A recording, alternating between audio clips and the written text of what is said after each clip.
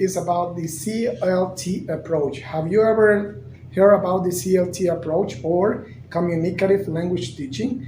It is a method that was created in 1970s. But before the CLT approach, there were other methods that were involved and were applied in the classroom in order to develop language skills. The first methods before CLT approach were like grammar translation method, which consisted on students learn based on using first language and second language. It means that they use their native language in order to understand how the second language works, and they were using, for example, someone who speaks Spanish uses Spanish in order to translate into English and vice versa, something like that. Then there was Chomsky, Noam Chomsky, in 1957.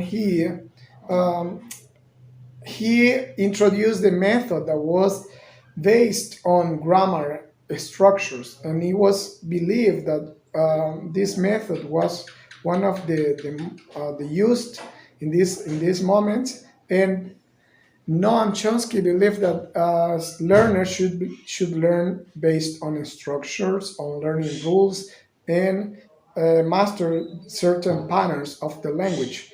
And that was pronunciation and intonation was given as part of the learning process of second language. Then J.C. Richards in 1978, he introduced the new method, which is CLT approach. And what it consists on? It consists on basically a student develop language competences, speaking competences. So a student should be able at the end, when they leave out the classroom, they can perform communicatively. But the classroom was an scenarios in order to perform the language. Once they go out, they will be able to develop in a natural way. That was CLT approach or communicative language approach.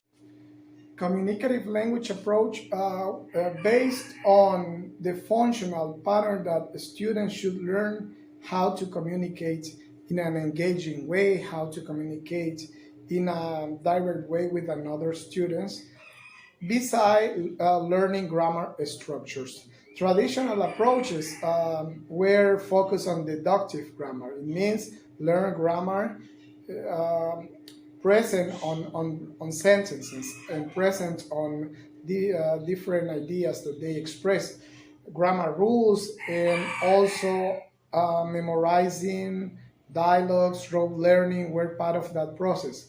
When the communicative language teaching approach was introduced, some other strategies were performed into the classroom. So proficiency and fluency of the language were the was emphasized this method. The principles that communicative language learning should follow in order to accomplish communication. One of the things is that we have to provide students real language or real communication, which means that we have to create the conditions in order student can perform in real scenarios in the classroom that might be familiar to the scenarios that are on street or outside the classroom. Errors are permitted or errors are normal in the communicative language learning. So as the student is learning and learning, he is able to recognize his own errors. So they are part of the process of learning.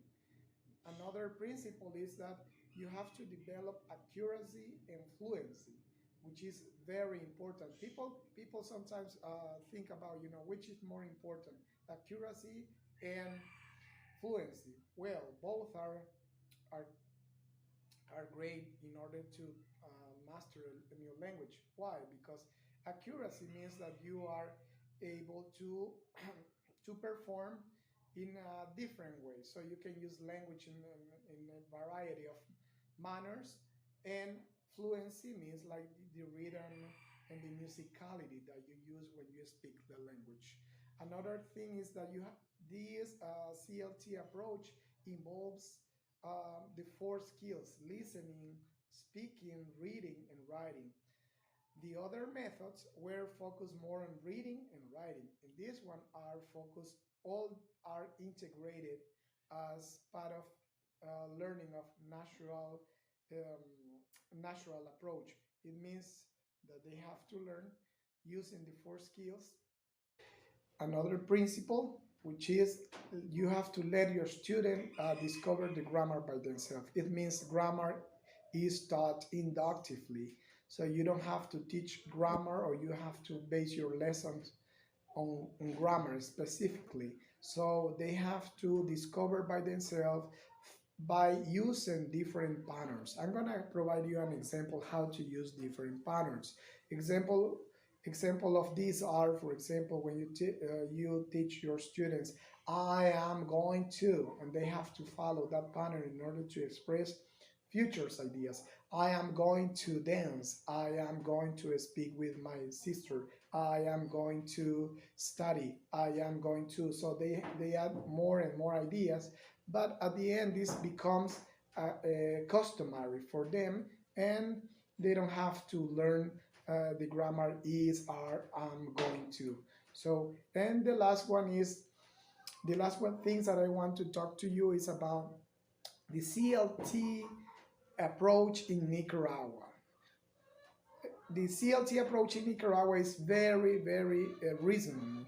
So it was introduced in many years ago, but the government emphasized to use this method until 2017, and it is because there's a mission. There are specific goals into the government, Ministry of Education, and other institutions like INATEC, which is like English students learn here English for technical purposes or specific purposes also, and universities. So they follow the same pattern, they are following the same objectives, which is students in 4, 5, 10 years maybe they're able to call it like Nicaraguan use as a second language. And this adaptation has to be with that.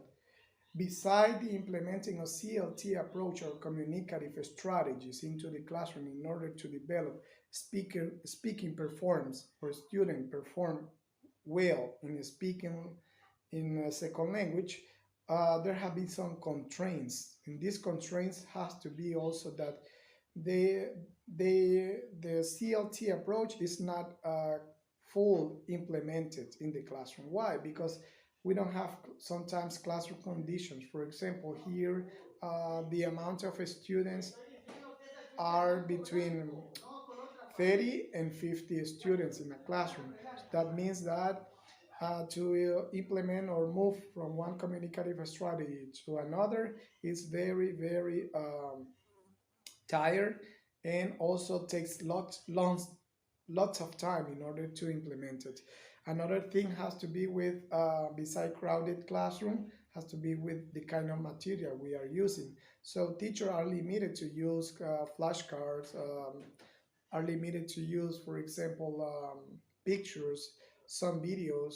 Some of them use speakers or provide listening skills, and I mean the lack of material is present in the daily life of teachers.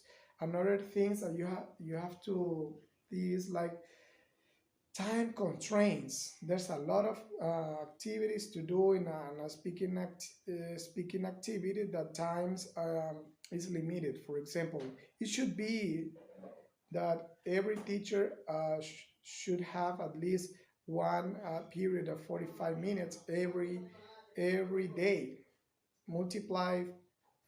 Multiply five, it means like 5 hours and a half. It does not happen here in Nicaragua. For example, in Nicaragua, one teacher has to teach 3 hours a week, and I think that is not enough. So times constraints could be also a limitation in order to develop full, completely CLT approach.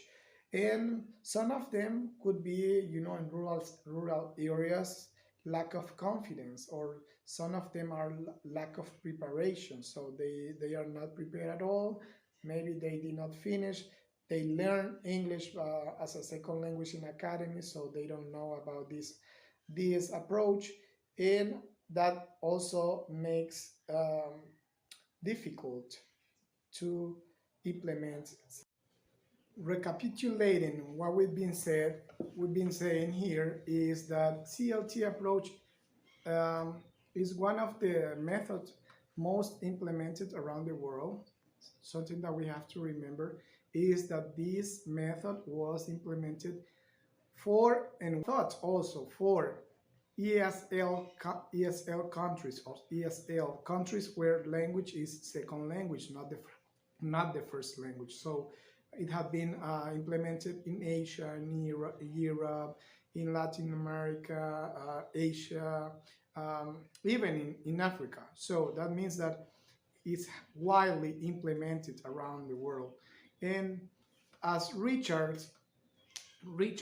Richards said in 2006, he stated in one of his books of communicative language teaching, and some other authors like Larsen Freeman, they say that the main purpose of this is achieve students develop communicative or speaking competences in or they perform in two communications.